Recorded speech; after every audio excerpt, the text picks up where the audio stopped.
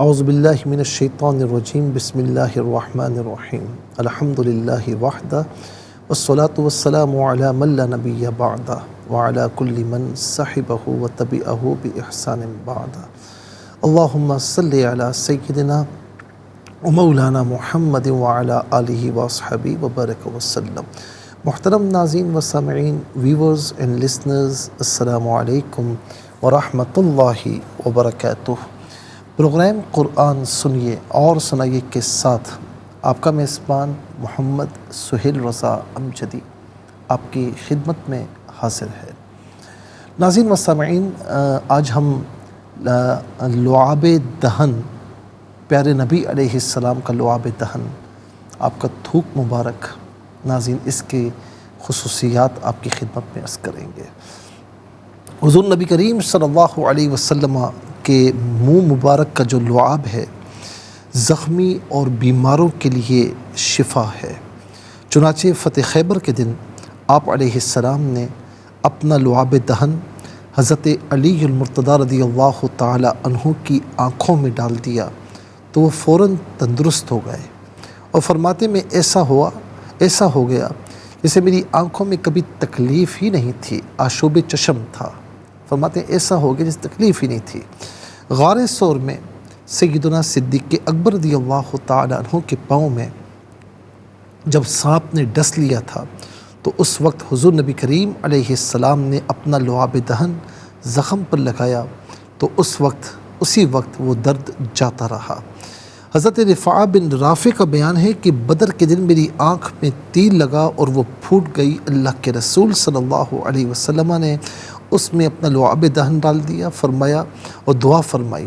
فرماتے ہیں کہ بس مجھے ذرا بھی تکلیف نہ ہوئی اور آنکھ بالکل صحیح ہو گئی۔ حضرت محمد بن حاتب رضی اللہ تعالیٰ عنہ کے ہاتھ پر ہنڈیاں گر پڑی، وہ جل گیا۔ اللہ کے رسول صلی اللہ علیہ وسلم نے اپنا لعاب مبارک اس پر ڈالا اور دعا کی، وہ ہاتھ بالکل صحیح ہو گیا۔ اسی طریقے سے ناظرین، حضرت عمر بن معاذ بن جموع انصاری رضی اللہ تعالیٰ عنہ کا پاؤں کٹ گیا تھا، اللہ کے رسول صلی اللہ علیہ وسلم نے اس پر اپنا لعاب مبارک لگایا، وہ بالکل صحیح ہو گیا۔ کہتے ہیں کہ حضرت ابو قتادہ انصاری بیان کرتے ہیں کہ غزوہ ذی قرد جو محرم میں 7 سنہ ہجری میں ہوا، اس میں اللہ کے رسول صلی اللہ علیہ وسلم نے پوچھا مجھ سے کہ تمہارے چہرے پر کیا ہوا؟ عرض کی یا رسول اللہ تیر لگا ہے۔ آپ نے فرمایا نزدیک آؤ، میں نزدیک ہوا تو آپ نے اس پر لعاب دہن لگا دیا۔ کہتے ہیں کہ اس دن کے بعد سے مجھے کبھی بھی تیر اور تلوار چہرے پر نہیں لگا اور نہ خون نکلا۔ اللہ اکبر۔ ایک دفعہ حضور نبی کریم علیہ السلام کے پاس پانی کا ڈول لایا گیا، آپ نے اس میں سے پیا اور جو باقی بچا تھا وہ کنویں میں ڈال دیا، بس اس میں سے کستوری کی سی خوشبو آنے لگی۔ آپ کے خادم حضرت انس رضی اللہ تعالیٰ عنہ کے گھر میں ایک کنواں تھا، آپ نے اپنا لعاب دہن اس میں ڈالا، اس کا پانی اتنا میٹھا ہوا، اتنا شیریں ہوا کہ تمام مدینہ شہر میں اس سے بڑھ کر میٹھا پانی موجود نہیں تھا۔ ناظرین و سامعین، اسی طریقے سے عاشورہ کے روز حضور نبی کریم علیہ السلام بچوں کو بلا کر ان کے منہ میں اپنا لعاب دہن آپ نے ڈالا تو ان کی ماں سے فرمایا کہ شام تک ان کو دودھ نہ دینا، بس وہی لعاب دہن شام تک ان کے لیے کافی ہو جاتا اور کوئی ماں کا دودھ نہ پیتا، مدر فیڈ نہ کرتا اور وہ اس کے لیے لعاب دہن کافی ہو جاتا۔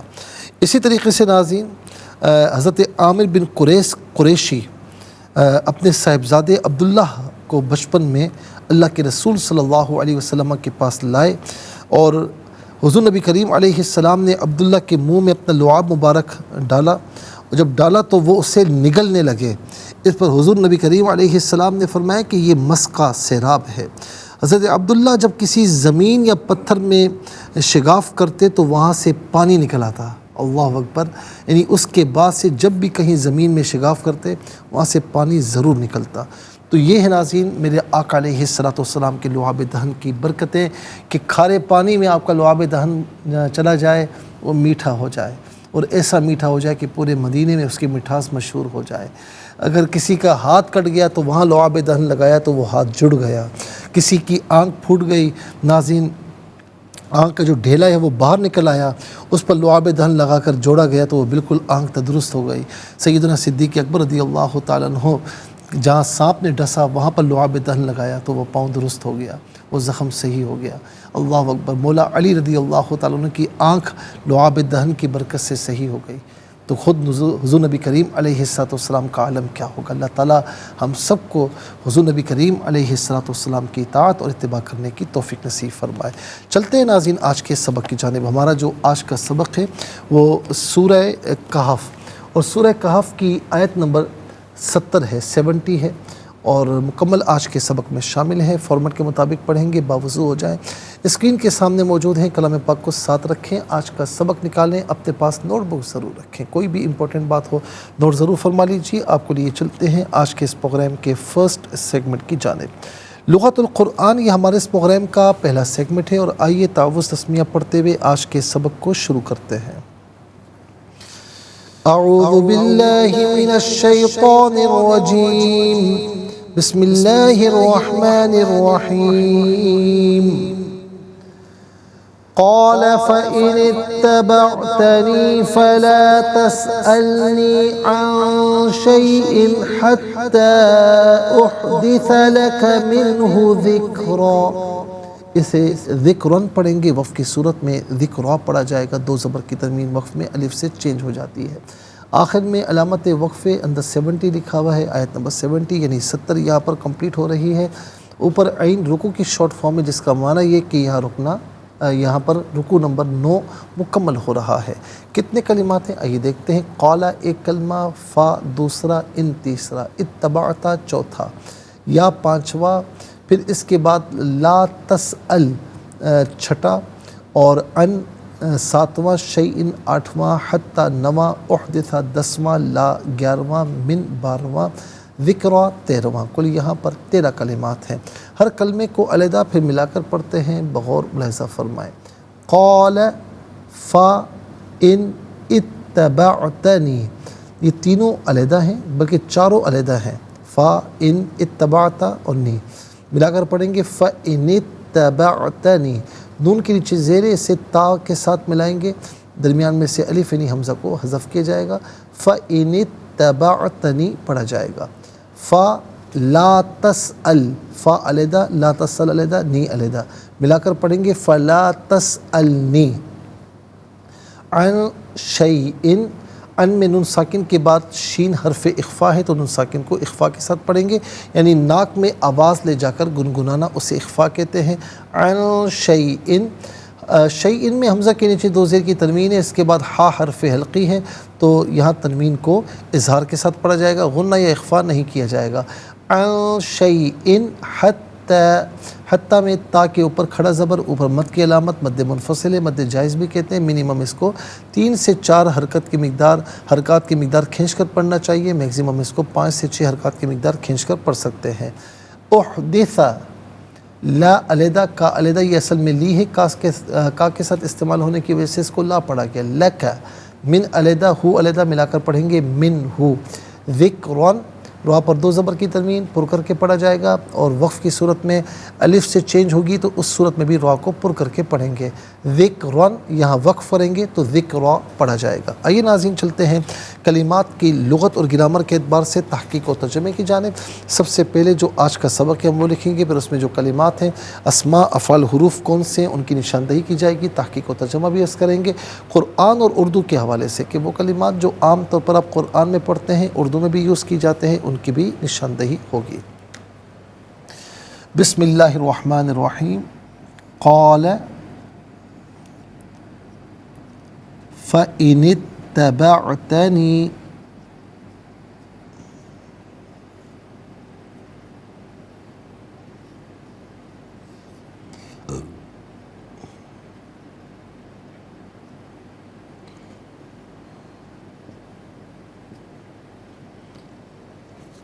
قال فإن اتبعتني فلا تسألني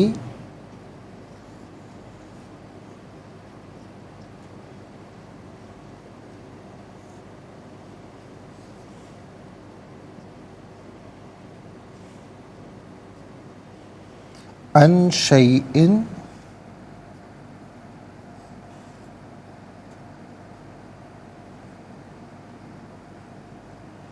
حتى أحدث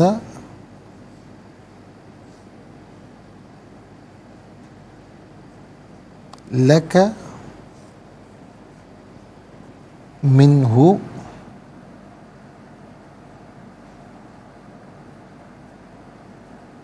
ذکرہ۔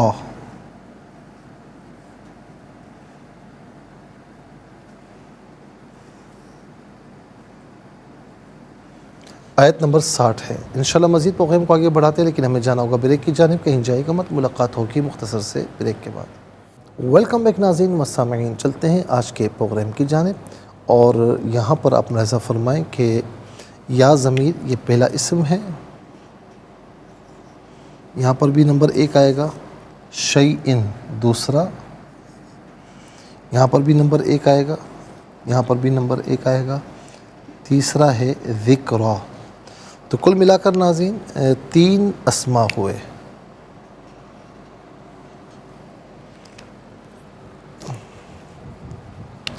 نمبر 1 یا، کا اور ہو۔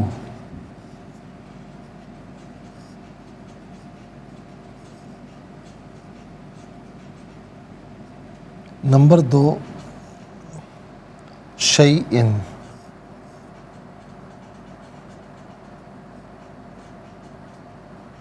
نمبر 3 ذکرہ۔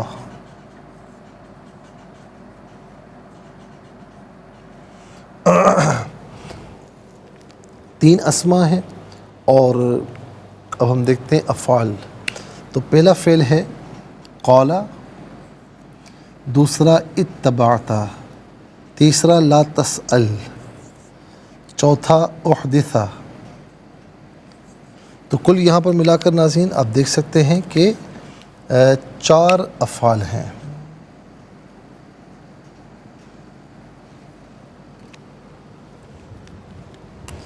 قال پہلا ہے،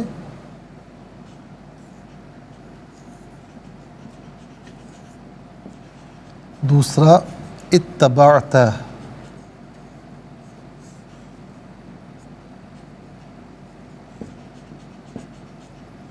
تیسرا لا تسأل،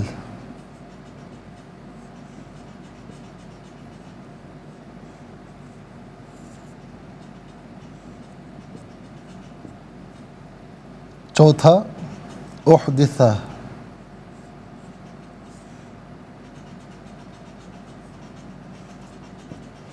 4 افعال ہیں ناظرین۔ اب ہم دیکھتے ہیں کہ حروف کتنے ہیں، کون کون سے ہیں۔ تو پہلا حرف ہے فا، دوسرا ان، فا گزر چکا ہے ناظرین نمبر 1 میں، اور تیسرا ہے ان، چوتھا ہے حتی، پانچواں ہے لی، اور چھٹا ہے من۔ تو کل ملا کر 6 حروف ہیں۔ نمبر 1 فا، نمبر 2 ان، نمبر 3 ان، نمبر 4 حتی،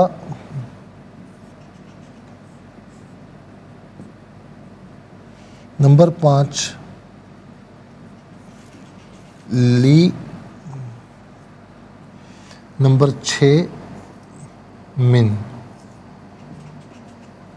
3 اسماء، 4 افعال، اور 3 اور 4 7 ہو گئے، اور 6 حروف، تو کل ملا کر 13 کلمات ہیں۔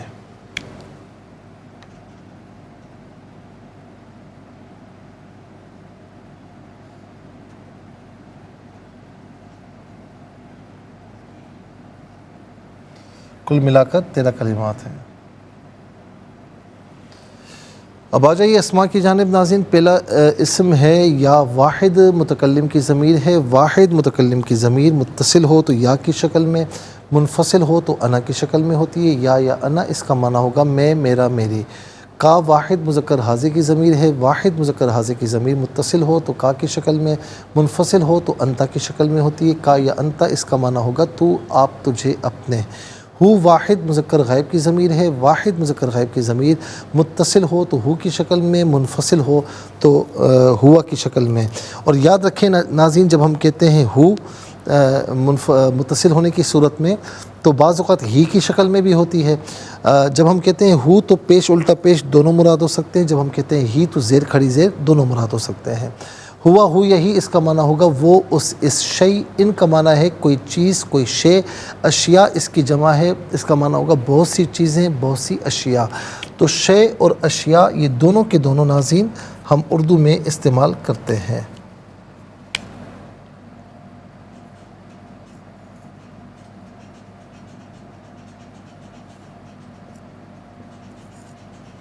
اس کے بعد ہے ذکر۔ ذکر کیسے کہتے ہیں؟ ذکر کا معنی ذکر ہے، ذکر کا معنی یاد کرنا بھی ہوتا ہے۔ ہم کہتے ہیں ذکر الہی، ذکر رسول، تو ذکر، آپ کا ذکر، تو یہ عام طور پر ہم اردو میں استعمال کرتے ہیں۔ اب آ جائیے ناظرین افعال کی جانب۔ تو قال فعل ماضی معروف صیغہ واحد مذکر غائب، اور اس کا معنی ہے اس نے کہا، اس نے کہا۔ اور یہاں پر نسبت ہے حضرت خضر علیہ السلام کی جانب، تو ہم ترجمہ یہی کریں گے انہوں نے فرمایا، ٹھیک ہے۔ اچھا، اب قال یقول قول، قول اس کا مصدر ہے، اس کا معنی ہے بات، تو یہ بھی عام طور پر اردو میں استعمال کیا جاتا ہے۔ اس کے بعد اتبعت، اتبعت فعل ماضی معروف صیغہ واحد مذکر حاضر، اور اس کا معنی ہے کہ آپ نے پیروی کی، آپ نے پیروی کی۔ اب یہاں پر آپ دیکھ سکتے ہیں کہ ان داخل ہے، یہاں پر ان داخل ہے، اور ان شرط کے لیے آتا ہے۔ شرط کسی نہ شرط کہتے ہیں کہ جو کسی نہ کسی شے پر معلق ہو، اور جس پر معلق ہو اسے جواب شرط بھی کہا جاتا ہے، جزا بھی کہا جاتی ہے۔ تو اب ان داخل ہے، اور اس کا معنی کیا ہوگا؟ اگر، تو ان اتبعت کا معنی کیا ہوگا؟ اگر آپ نے پیروی کی، نی میری، اگر آپ پیروی کریں میری۔ اتباع یتبع، اتباع، اتباع کرنا، اس اتباع مصدر ہے اس کا، اور اس کا معنی ہے پیروی کرنا، اور یہ بھی عام طور پر ہم اردو میں استعمال کرتے ہیں۔ لا تسأل فعل نہیں حاضر معروف صیغہ واحد مذکر حاضر۔ فعل نہیں وہ فعل کہ جس میں کسی کام کے کرنے سے روکا جائے، اس کا معنی کیا ہوگا؟ لا تسأل، آپ سوال نہ کیجئے، آپ سوال نہ پوچھئے۔ سأل یسأل سوال، سوال اس کا مصدر ہے جو کہ عام طور پر ہم اردو میں استعمال کرتے ہیں۔ اس کو سوال بھی کہہ سکتے ہیں، سوال بھی کہہ سکتے ہیں، لیکن ہم عام طور پر سوال کہا کرتے ہیں۔ تو یہ بھی عام طور پر ناظرین اردو میں استعمال کیا جاتا ہے۔ اچھا جی، اس کے بعد آپ دیکھیں احدث، اصل میں تھا احدث، فعل مضارع معروف صیغہ واحد متکلم، اس کا معنی ہے میں بیان کرتا ہوں یا میں بیان کروں گا، میں بیان کرتا ہوں یا میں بیان کروں گا۔ اب یہاں پر حتیٰ آیا ہے، حتیٰ جب فعل مضارع پر داخل ہوتا ہے تو حتیٰ اور فعل مضارع کے درمیان ان معذوف ہوتا ہے، ان درمیان میں معذوف ہوتا ہے، تو احدث تھا تو ان کی وجہ سے احدث ہوا۔ دوسرا یہ کہ ان فعل مضارع کو بمعنی مصدر کے کرتا ہے، تو حتیٰ احدث کا معنی کیا ہوگا؟ یہاں تک کہ میں بیان کروں، یہاں تک کہ میں بیان کروں۔ اب آ جائیے ناظرین حروف کی جانب۔ فا کا معنی ہے پس یا تو، ان میں سے کوئی معنی بھی کر سکتے ہیں۔ ان شرط کے لیے ہے، اس کا معنی ہے اگر، اس کا استعمال اور معنی ہم آپ کو بتا چکے ہیں۔ ان کا معنی ہے سے، ان کا معنی ہے سے، اور ان جو ہے اعراض کے لیے آتا ہے، کسی چیز سے دوری کے لیے آتا ہے۔ حتیٰ کا معنی ہے حتیٰ کے لی، علت کے لیے، واسطے کے لیے آتا ہے، اس کا معنی کے لیے واسطے۔ من کا معنی ہے سے، اور عام طور پر من و ان یہاں پر ہے، من یہاں پر ہے، تو من و ان ہم اردو میں بھی استعمال کرتے ہیں، اور حتیٰ کے ہم اردو میں استعمال کرتے ہیں۔ تو یہ ہوا نمبر 6، یہ ہوا نمبر 7۔ آپ دیکھ سکتے ہیں 13 کلمات ہیں، 13 کلمات میں کل 7 کلمات ایسے ہیں جو عام طور پر اردو میں استعمال ہوتے ہیں۔ وہ کون کون سے؟ نمبر 1 شیء اور اشیاء، شیء اور اشیاء۔ نمبر 2 ذکر، نمبر 3 قال میں قول، نمبر 4 اتبعتا میں اتباع، نمبر 5 لا تسأل میں سوال، نمبر 6 حتیٰ میں حتیٰ کے، نمبر 7 من میں منوان۔ آئیے حروف کو آپس میں ملا کر کلمہ، کلمات کو آپس میں ملا کر جملہ کلام یا آیت کیسے بنا کرتے ہیں، تو آئیے ملاحظہ فرمائیے۔ قاف علی زبر قا، لام زبر لا، قالا، فا زبر فا، حمزہ زیر ای، نون تا زیر نت، فانت، تا زبر تا، با عین زبر با، تا زبر تا، نون یا زیر نی، قال فان اتبعتنی، فا زبر فا، لام علی زبر لا، تا سین زبر تس، حمزہ لام زبر ال، نون یا زیر نی، فلا تسألنی، عین نون زبر ان، شین یا زبر شی، حمزہ دو زیر ان، عن شیئن، ہا تا زبر حت، تا کھڑا زبر تا، حتی، حمزہ ہا پیش اح، دال زیر دی، ثا زبر ثا، احدثا، لام زبر لا، کاف زبر کا، لکا، میم نون زیر من، ہا پیش ہو، من ہو، ذال کاف زیر ذکر، را دو زبر رن، ذکرن، یہاں وقف پڑھیں گے تو ذکرہ پڑھیں گے۔ آئیے ناظرین چلتے ہیں تلاوت کی جانب۔ سب سے پہلے ہم تلاوت کریں گے ترتیل کے ساتھ، سماعت فرمائیے۔ اعوذ باللہ من الشیطان الرجیم، بسم اللہ الرحمن الرحیم۔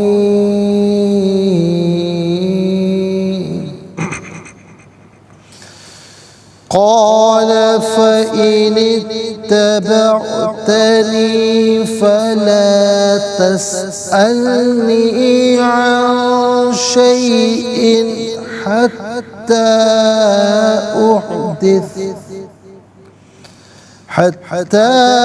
أحدث لك منه ذكرا۔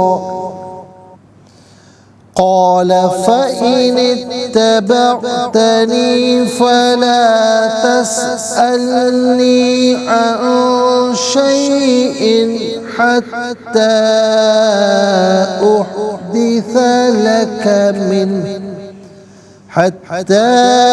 أحدث لك منه ذكرا۔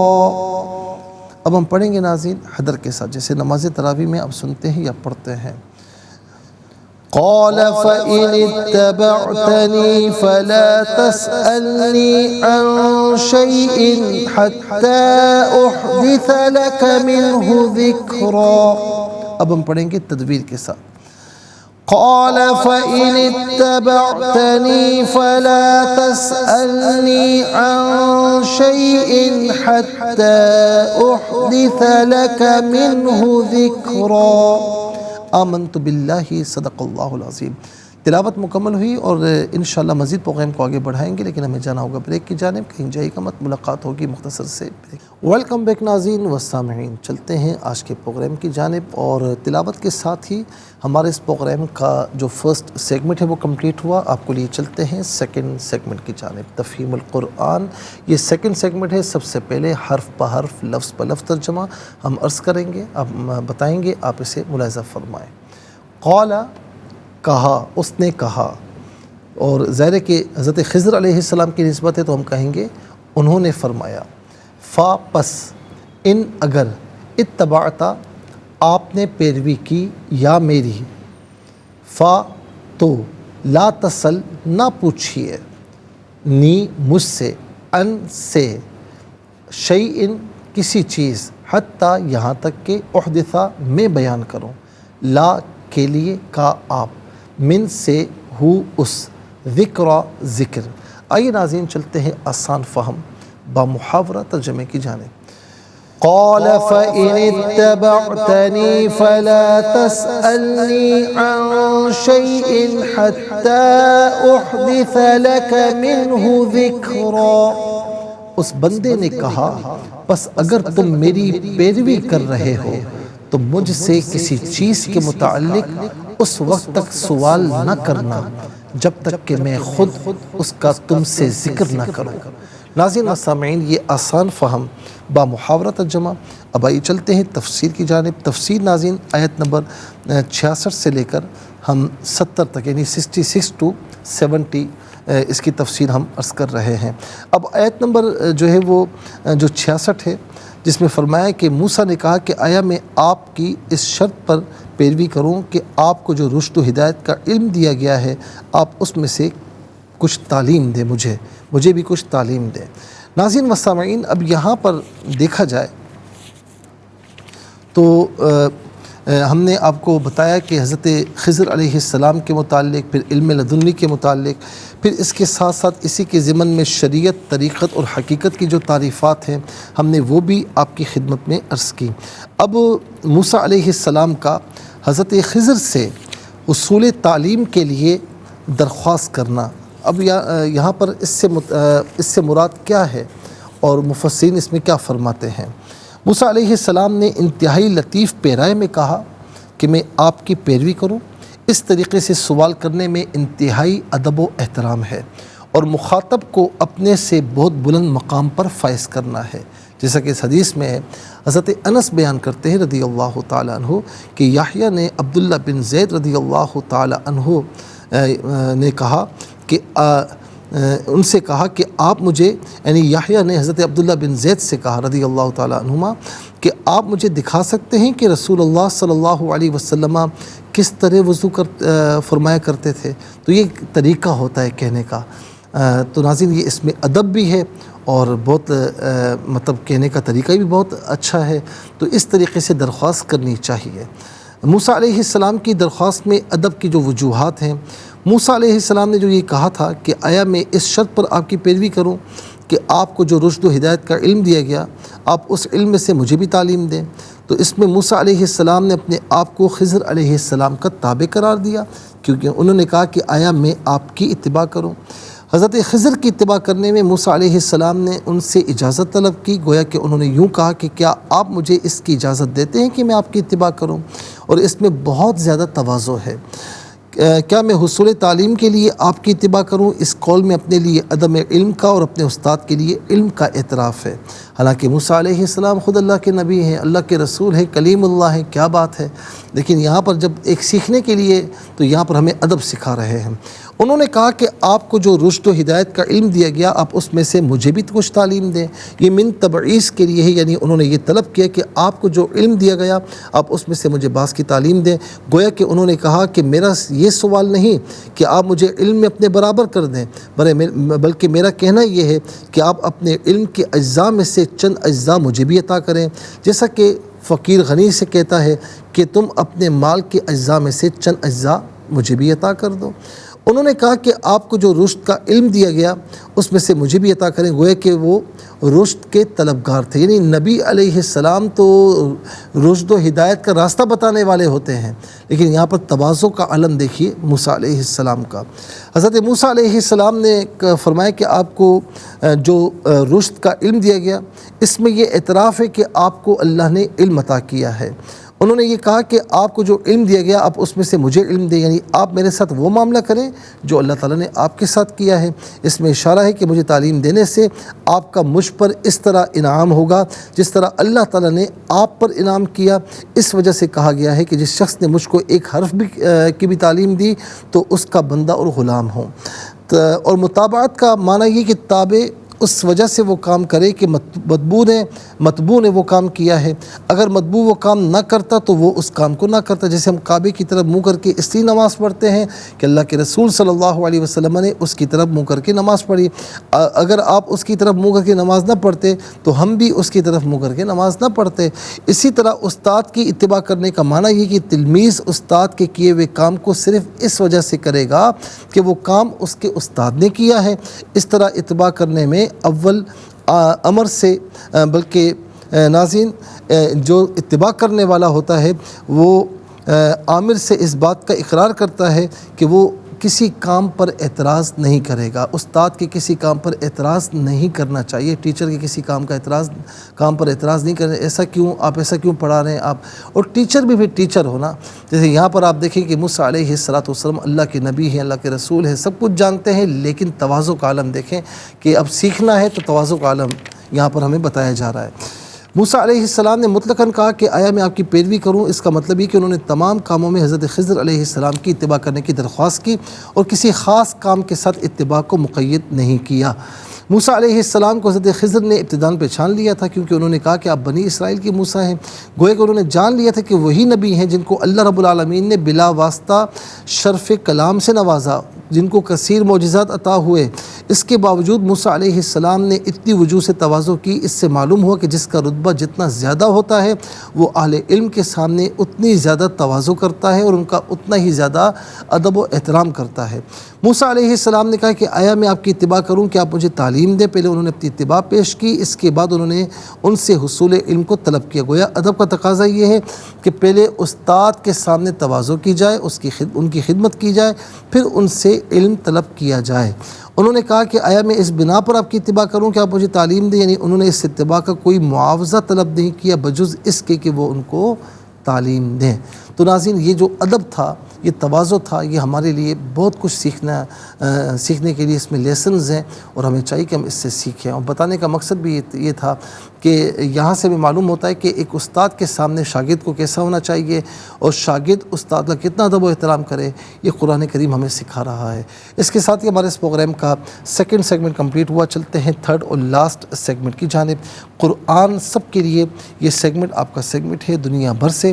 آپ ہمیں کالز کر سکتے ہیں، اسکرین پر نمبر ڈسپلے ہیں۔ آپ کا تعلق پاکستان سے باہر دنیا کے کسی خطے کسی ملک سے ہو، اٹھائیے اپنے فونز، ڈائل کیجیے نمبرز کو، جوائن کیجیے ہمارے اس پروگرام کو۔ دیکھتے ہیں اس وقت لائن پر ہمارے ساتھ کون ہے۔ السلام علیکم۔ وعلیکم السلام۔ جی کہاں سے؟ ہینا فیصلہ آباد سے۔ جی سنائیے بیٹا۔ اعوذ باللہ من الشیطان الرجیم، بسم اللہ الرحمن الرحیم۔ قال فإن اتبعتني فلا تسألني عن شيء حتى أحدث لك منه ذكرا۔ جزاک اللہ خیر۔ السلام علیکم۔ وعلیکم السلام۔ جی کہاں سے؟ انکل جی ابریش۔ جی بیٹا سنائیے۔ جی اعوذ باللہ من الشیطان الرجیم، بسم اللہ الرحمن الرحیم۔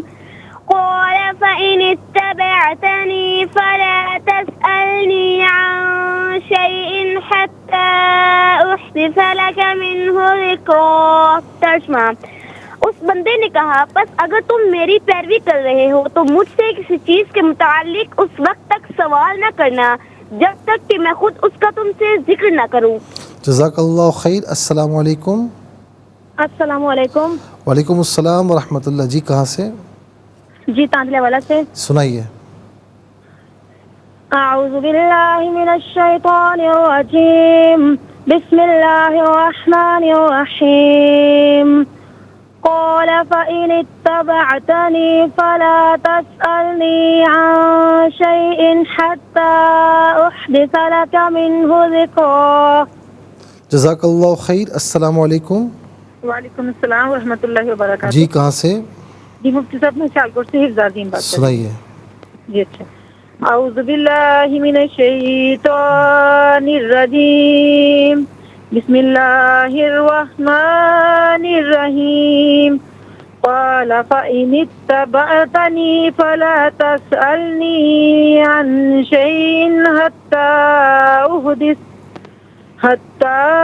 أحدث لك منه ذكرا۔ صدق اللہ العظیم۔ جزاک اللہ خیر۔ السلام علیکم۔ وعلیکم السلام۔ جی کہاں سے؟ میں کشف بات کر رہی ہوں۔ جی سنائیے۔ اعوذ باللہ من الشیطان الرجیم، بسم اللہ الرحمن الرحیم۔ قال فإن اتبعتني فلا تسألني عن شيء حتى أحدث لك منه ذكرا۔ جزاک اللہ خیر۔ ناظرین و سامعین، اس کے ساتھ ہی ہمارے اس پروگرام کا جو وقت ہے اپنے اختتام کو پہنچا۔ یہ پروگرام جسے آپ روزانہ علاوہ ہفتے اتوار کے سے پہلے 4 بجے سے آپ دیکھا کرتے ہیں، اور www.arYQTV.tv پر آپ ہمیں جوائن کر سکتے ہیں، اور اس پروگرام کو دیکھنا چاہیں یوٹیوب پر تو اس پروگرام کے نام کے ساتھ ڈیٹ کے ساتھ سرچ کیجئے، اس پروگرام سے مستفیض اور اوروں کو بھی ترغیب دیجئے۔ زندگی رہی تو انشاءاللہ اگلے پروگرام میں سیم ٹائم آپ کی خدمت میں پھر حاضر ہوں گے۔ اس وقت تک کے لیے آپ سے اجازت چاہیں گے۔